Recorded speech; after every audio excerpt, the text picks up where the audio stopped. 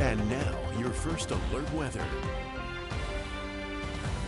Hey, thanks for watching this afternoon. It's been kind of a dreary beginning around here to the week, and we've had some above average temperatures. Here's a live look at Henry's Lake off our ITD cams in 20, and just kind of dreary, and there's no snow on the ground, and we'll probably put some more into place, but you can see the raindrops over the big lava rock there at the Blackfoot Rest area, and things are brightening up in the background. So those pokes of sun that I was referring to this morning, they may show up. We're at 52 degrees in Pocatello with the light winds gusting up to 30 plus in Idaho Falls, and kind of dreary as you look out toward the hills. Winds out of the south-southwest at about 18. So we are tracking showers on First Alert Viper radar. It's a good time now before we really get heavy into more winter weather around here to download the weather app and be here every day at noon so we can update you on the afternoon weather. We have a large swath of showers that are moving into the eastern highlands and some heavier rains just past Idaho Falls on over toward Ammon.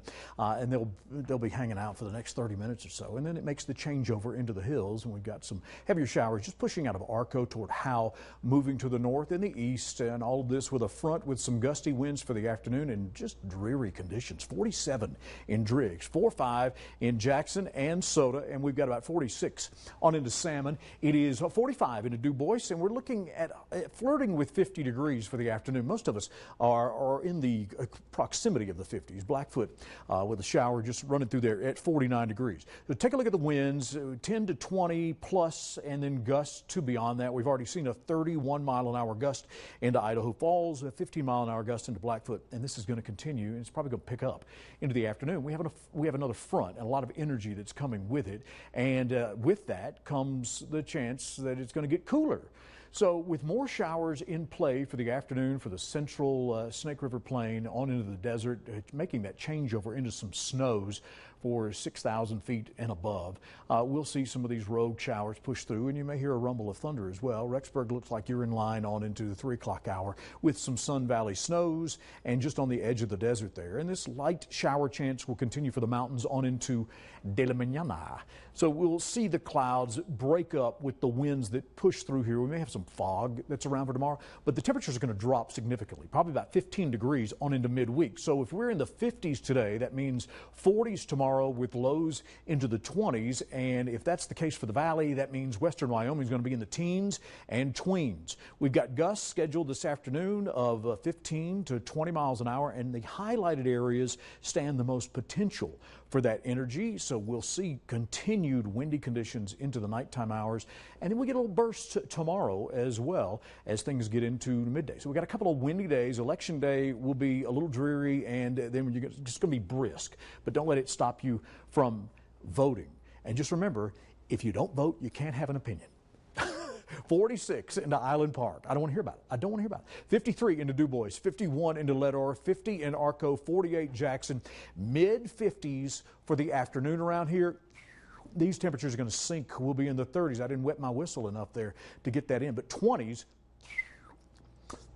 I can't, yeah, all right, we'll figure that. Call Andy Griffith, will you? 29 into Driggs and Jackson, 26 into Pinedale. It'll be about 30 into Soda, and 24 into Leadore overnight. So chilly cold around here. Here's your local news 8-day extended forecast. You can see a bit of a break in between some of the clouds there into Blackfoot. We got a couple of windy, chilly days and even colder at night. And we're already starting to talk about fireplaces and heating elements and making sure you're taking care of things outdoors. And the town of Jackson just put out a memo that you better check your pipes because it's coming. Yep. 53 in Salmon for the day today, 29 tonight, maybe some fog into Salmon tomorrow morning, and then we're going to be in the 40s for the rest of the period until we get to the back end of the weekend.